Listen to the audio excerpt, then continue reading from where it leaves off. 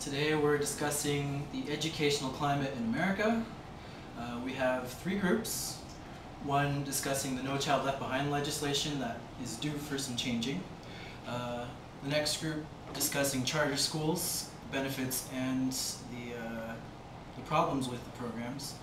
And student loans, who do they benefit and how?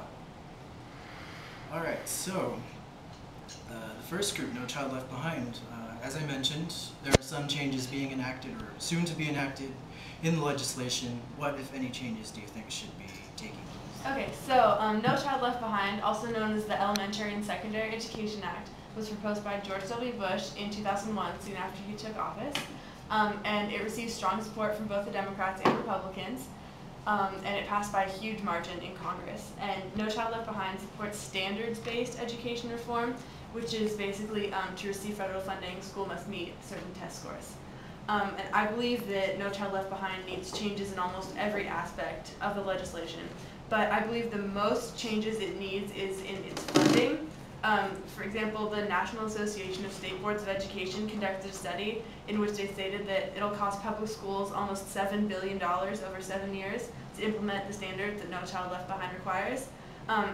However, it only allocates about $400 million, which leaves over $6 billion for the schools to pay by themselves, which is clearly impossible for many public schools. And a spokeswoman for the National Education Association states that this cannot be met, and it's impossible for public schools to reach this. Well, I agree with you. The Act does need a lot of changes. But well, first I'm going to say a point. The Act was founded upon 4 basic principles, being accountability, stability, flexibility, and support. And with that said, this Act called for highly qualified certified teachers in particular subjects like math, reading, and science. And this was to demonstrate their knowledge and their skills and thus teach the students better.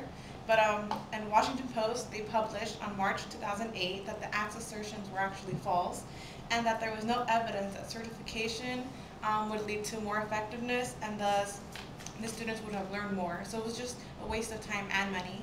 And in addition to that, the certified teachers are teaching on a passing the test basis, which is ineffective because they're not really teaching the students anything rather than just pass the test and get these scores higher on the multiple choice. So in my sense, I think that's the main problem that needs to be changed. Well, I agree with you that that definitely does need to be changed, but I'm still going to have to go back to funding as being the most important piece in changing No Child Left Behind. For example, gifted education. Between 2002 and 2007, federal funding for gifted education decreased by almost $4 million, and that's only federally. Other states are cutting their own gifted education budgets as well.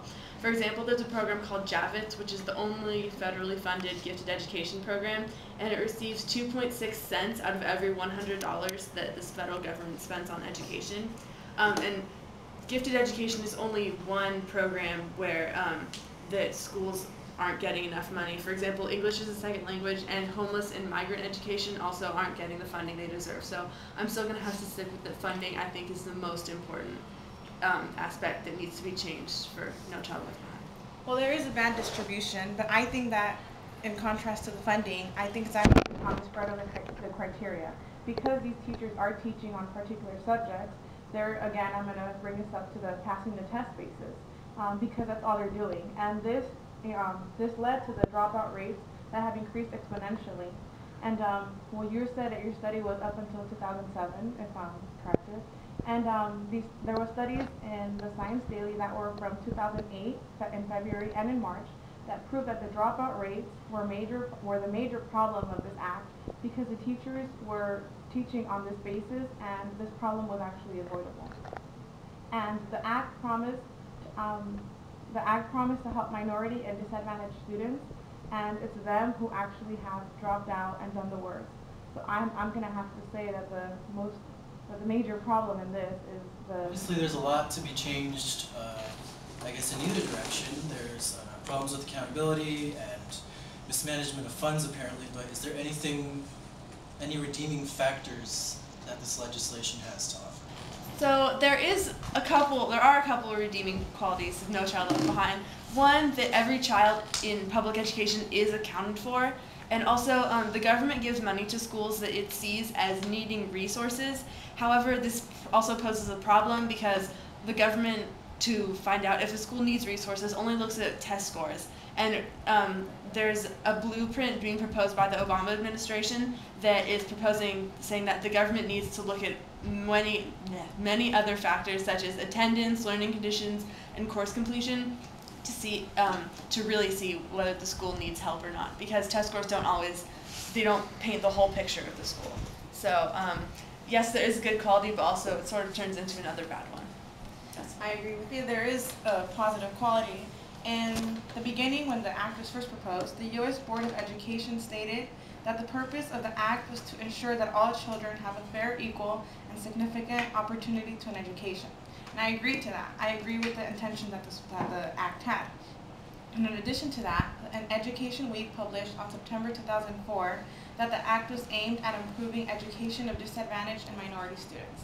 And like you said, there is a good point to this act, but it also turns bad because it was aimed at disadvantaged and minority students, but it's them who are being affected the worst, and it's them who are being pressured to drop out, which is a major problem.